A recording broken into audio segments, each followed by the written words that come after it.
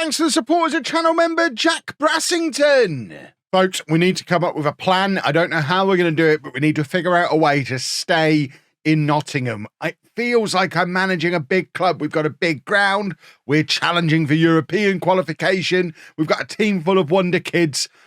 I can't bring myself to go back to the Pirelli.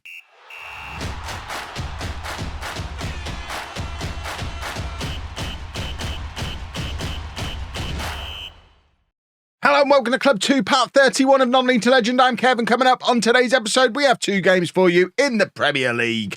And they're against Leicester and Brentford, the away game against Leicester, as we continue to try and cement ourselves as the biggest team in the Midlands. That's the new thing. Since you were last with me, we've won a lot of football matches. The only one we lost in style. We got absolutely smashed by Brighton, but then got our revenge on seaside teams that begin with B by smashing Bournemouth in an even more smashing manner. It means the Premier League table currently looks like this. We're in 5th place on 32 points, but we've got a game in hand on everybody above us, which we play first. The game against Leicester is the game in hand. If we beat Leicester, we'll go to 2nd place in the Premier League, just 2 points behind 1st place Arsenal, and we're not even halfway through the season yet. Miles Lee-Burn's one of the top scorers in the division. Alfie Devine is the best English player of his generation. Is he English? Alfie, are you English? He is English.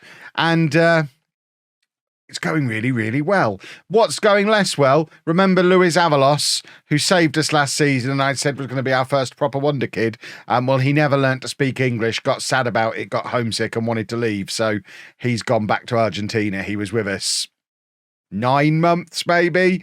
Didn't really play this season. It's not a massive loss to this season, but I did still think, he was going to become really, really good. Worth noting as well, he is classed as homegrown at Burton. I don't really know why. He was with us less than a year, but the game has decided he's both homegrown at club and homegrown in England.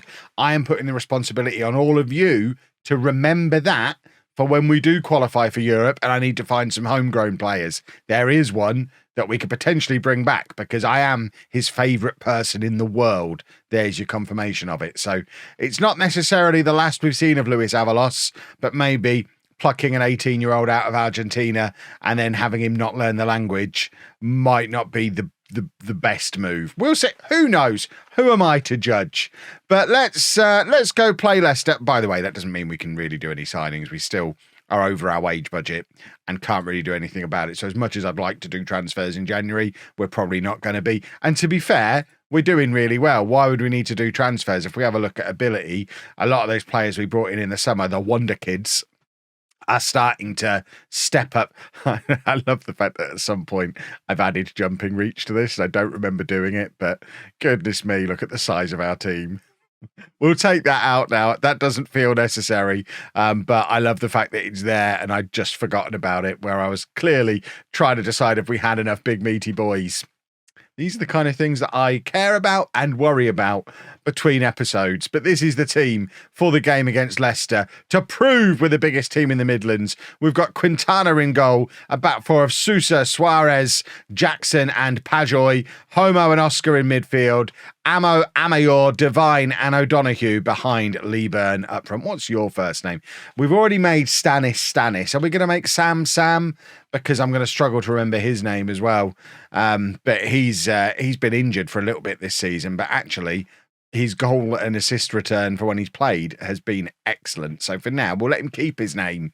If I can learn to have it just come off the tongue beautifully, he can keep it, but he might just be becoming Sam because I can't do these long double-barreled names. There's too many letters to get out of my mouth. I can't cope with it.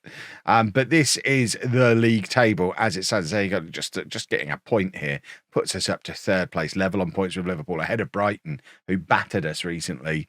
But I don't think Champions League qualification is realistic. I said it in the last episode. Conference League would be amazing this year. If we could get into European qualification of any kind, that would be great. If we could win a trophy, that would be awesome. We're into the semi-finals of the Carabao Cup. We play Southampton in the semi-final, who are down in the Championship, so we've got a real chance of making it to the final of the Carabao Cup. Arsenal are still in it, so it's not necessarily something that we can assume we're going to go on and win. But if we came out of this season finishing 7th in the Premier League and winning the Carabao Cup, I'd be over the moon. That would be a great season for Burton. But it doesn't get away from the fact that we are sat there in the Champions League qualification spots. We're not anymore, so we don't have to worry about that. For a moment, we were sat there in the Champions League qualification spots, and there will come a point in the season where we'll have to take the possibility of doing that seriously, because obviously qualifying for the Champions League does two things. One, it gives us a big pile of cash to continue strengthening the squad, which always up for a big pile of cash. But two, surely will force us into a new stadium. We can't take the Pirelli into the Champions League. I'm happy for us to stay in Nottingham. I don't know that the Burton fans are, but the Peter Shilton Stadium has been a very happy place for us so far. So I'd quite happily stay there. The ideal thing would be if we could pick that up and move it to Burton. But I suspect that's not quite as easy as I imagine. I heard this thing recently where you can move buildings if you just slide them on soap. So can you do that with football stadiums? How many bars of soap will you need to put end to end to get from Nottingham to Derby? And could you slide a football stadium on it? We're not going to Derby, we're going to Burton. Alfie Devine, score a goal, distract from this nonsense. He slides it into Pajoy, and there is the goal. It's straight off the training ground. I taught those boys to do that. That was lovely. Pajoy is one of a couple of players. Jackson is the other one. He's had a little bit of a moan that he's not playing enough football, so we're giving them a little bit of game time. Pajoy is great because he can play anywhere, and either fullback, defensive midfield. He can play on the right wing. We're playing him right back today, and he has paid us back with a goal that he wanted more football to give him a chance of going to the World Cup in the summer, which, I mean, he's a confident boy because he's never played for Colombia, but he wants regular Premier League football with us to try and get him to the World Cup, which is fair enough. Lewis Jackson just wanted to play because once again he's had Nicola Suarez turn up at the club, or Nicolai Suarez turn up at the club and rob him of his spot. So we're kind of rotating between Suarez, Jackson, and the lad from Barcelona, Kubasi, and just basically rotating through them match to match to match. We forget having a central defensive partnership. We never play the same two defenders 2 matches in a row. Amayor is in there, and his shot, I think, came back off the crossbar. It might have been a save by the goalkeeper, but either way, it doesn't lead to a goal for us. We're going to shout some encouragement from the touchline and start thinking in terms of potential substitutions to bring on to try and prove that we're the kings of the Midlands, because that's what we really want to be. Amayor on the left, plays it into Devine to Sousa. Sousa has been great this season, by the way, and he shoots from range and demonstrates just how great he's been. I'm going to talk positively about that boy more often because he's just scored an absolute screamer. He kind of side-footed it in. It was such a weird goal. Side-footed in from 35 yards. I mean, there's absolutely no way he should be scoring there. The Leicester goalkeeper really needs to have a word with himself there, because that is awful from him. There's no way that should have been a goal. It wasn't anything spectacular in terms of the shot itself. It was from so far out, but you know, we'll take it. And Sousa's going to be dining out on that goal for the rest of his life. Remember that time I scored from a million miles away? Oh, Devine's done brilliantly there. Plays in Amayor, and he shoots from range. Comes back off the crossbar. Maybe it could have been a save from the keeper. I can't tell the difference between this goalkeeper and the crossbar, apparently. I have no idea with either of those that I've described as crossbar, if they actually were crossbar. But either way, we're in the lead. That's important. And once again, always seems to be the way, our attacking midfield three are all shattered, so we'll just change all three of them.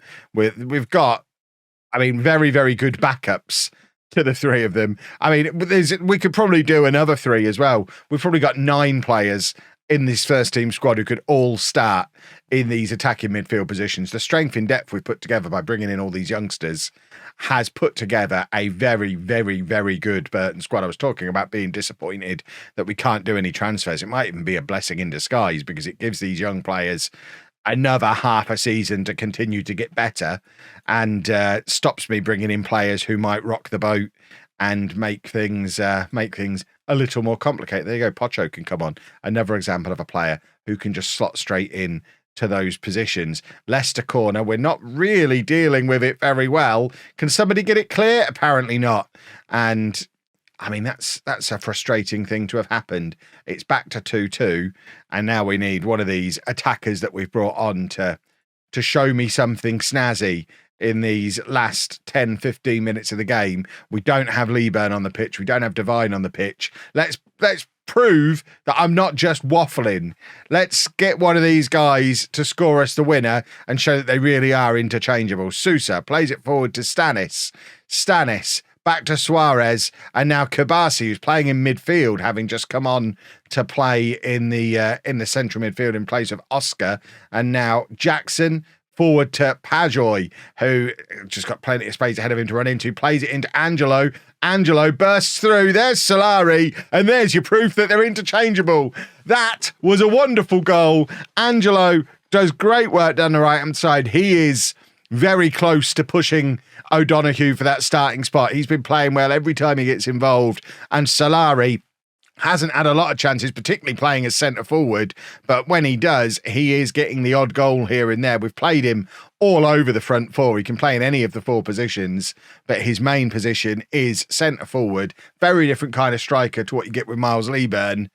That he did a goal, and doing a goal is always handy if you're the striker in a football team. That is today's piece of football analysis with Kev. Stanis, he's now going to show that we've got just as much strength on the left-hand side as well. He gave the ball away immediately.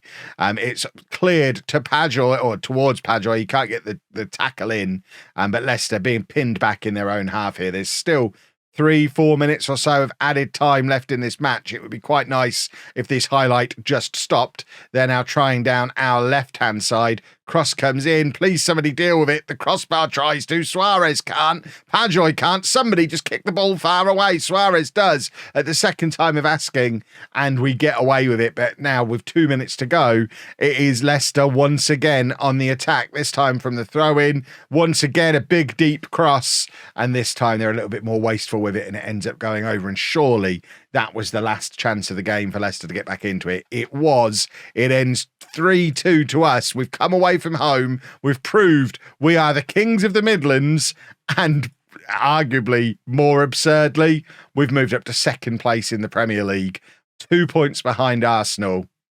What on earth is going on? I am flabbergasted that there's still no big clubs coming in for me. I haven't looked at the job centre for a little while because I'm enjoying life. See, Nottingham Forest would be a very logical move based on the fact that we are literally playing in Nottingham at the moment. But I don't know that they'd offer me enough money at this point. We're on the verge of Europe. They're on the verge of the Championship. We've almost moved beyond them. They would have to offer me a significant pay rise. The longer things go on and the better we get, the fewer opportunities are out there that would actually be tempting opportunities. But of course, a lot of the time it does just come down to money. So if they offered to double my money, I'll walk there. It's literally just down the road from where we play. Let's go and play Brentford. So a little bit of rotation for the Brentford game, mainly to continue dealing with Jackson and Pajoy to make sure they're getting the game time that they've asked for. So we've got Kabasi coming in for Suarez. Jackson will partner him today. Daniels is coming back in at right back, with Pajoy moving into midfield and Oscar dropping down to the bench. We could have just as easily put Pajoy. I love the fact that Pajoy can play everywhere, but he can have a game in central midfield today. Lovely versatility from him. It's why it's so important that we keep him happy, because if he gets unhappy, then we lose a player who can play in about 8 different positions, and that would be most unfortunate. We do still have a £20 million release clause on him as well. I know when we signed him, we had the £3 million release clause. We boosted that up, but I think we probably do need to, as soon as we make him happy again, look to offer him a new contract and remove that release clause altogether. We've got the same situation with O'Donoghue, who every time we look for a new contract, he still asks for more money. And that is just about the worst injury we could have had. Quintana, the one irreplaceable man in the team. And it's an arm injury as well. And I'm led to believe arms are fairly important to the whole goalkeeping thing. So João Virginia comes on. I can't remember if I mentioned in a video or not, we did sell James Trafford right at the end of the summer transfers. I probably forgot to mention it because we didn't get a lot of money for him, but he was on 30 plus grand a week. We'd brought Virginia in the summer, and it seemed silly to have that many goalkeepers. We got an offer for him. I think he went off to another Premier League club to sit on their bench.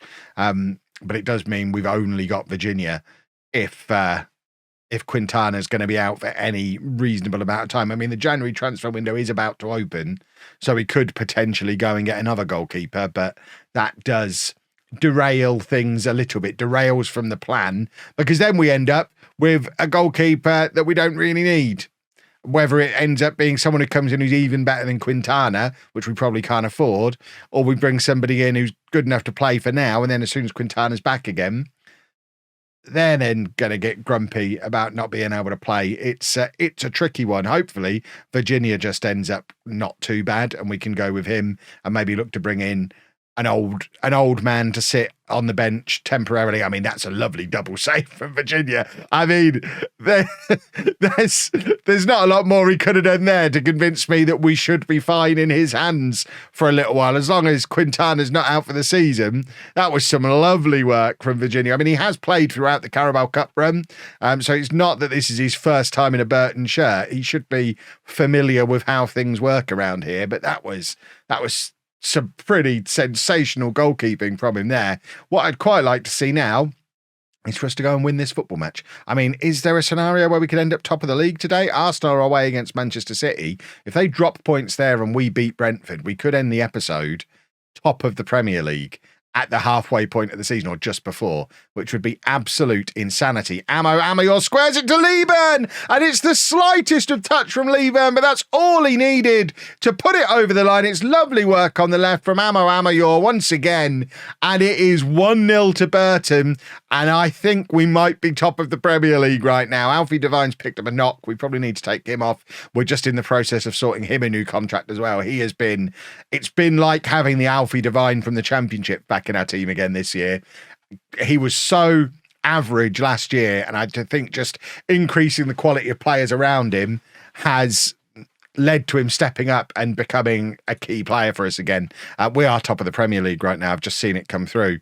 Right, Stanis can come on for. In fact, we're going to take all three of these off like we usually do. Solari can come on, and Angelo can come on as well. Keep that area of the pitch nice and fresh. And there is a Premier League table that has Burton Albion at the top of it. I mean, that's a potential route to us getting a little bit more money for January as well. At the moment, our budgets are based on us attempting to avoid relegation. If things stay as they are, we've got 38 points on the board. We're already pretty much guaranteed we're not going to get relegated. So at the very least, we could maybe up that to mid-table and see if that brings us a little bit more money, enough at least to buy a goalkeeper. Because I am worried about Quintana. We'll check in on him before the episode ends, so you'll know if we do need to go and do some business. But what I would like now is, for us not to give the ball away. I was speaking so highly of Sousa not so long ago, and now he's giving the ball away. I was saying I'd like us to go and grab a second goal, put this game beyond doubt, but actually it's Brentford who are in, and Brentford have scored, and it all goes back to Sousa. I mean, it cancels out his goal from the previous match. That was poor. He just passed the ball straight into the path of the Brentford player. It happened early enough for it to not even be in the highlights, so the whole world will forget about it, apparently. Ugh, didn't mean to touch that. That was horrible. But we'll offer some encouragement, and Arsenal have moved back above us now.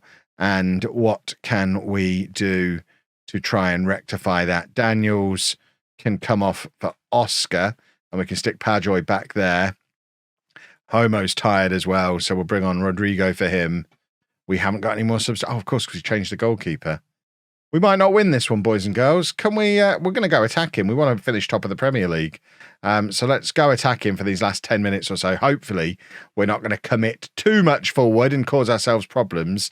But I'd really like to win and finish the episode top of the Premier League. I think it's really cool for this team that, 5 years ago we were in League Two with. It would be quite cool to be top of the Premier League. But Brentford definitely seem to have other ideas. They've gone past us so easily there. Oh, they are ruining my fun. Very attacking. Let's get Virginia forward and see if he can score a goal for us from a corner. The whole plan has come unstuck. We need Quintana. Please don't be properly injured. Or else, I mean, you can't blame either of those goals on the goalkeeper. They both really were Lino Sousa's fault, which is not ideal. We're not even going to get a highlight, are we? We have been absolutely mugged there. We've been FM'd. We win on XG. We lose the match thanks to 2 mistakes. And it's upsetting. And is it about to get even worse? He's broken his arm. He'll only miss 5 or 6 weeks, but it's 5 or 6 weeks where we're going to play a lot of football, including the semi-final of the Carabao Cup and probably every game leading up to the middle of February. So it's like 8-9 matches. And we only have Virginia, who is a League One player. We need a goalkeeper. Guess that gives me something to try and do before the next episode. If you've enjoyed that, please make sure you leave a nice big thumbs up on there for me. Subscribe to the channel for daily Football Manager videos. And thank you very much for watching.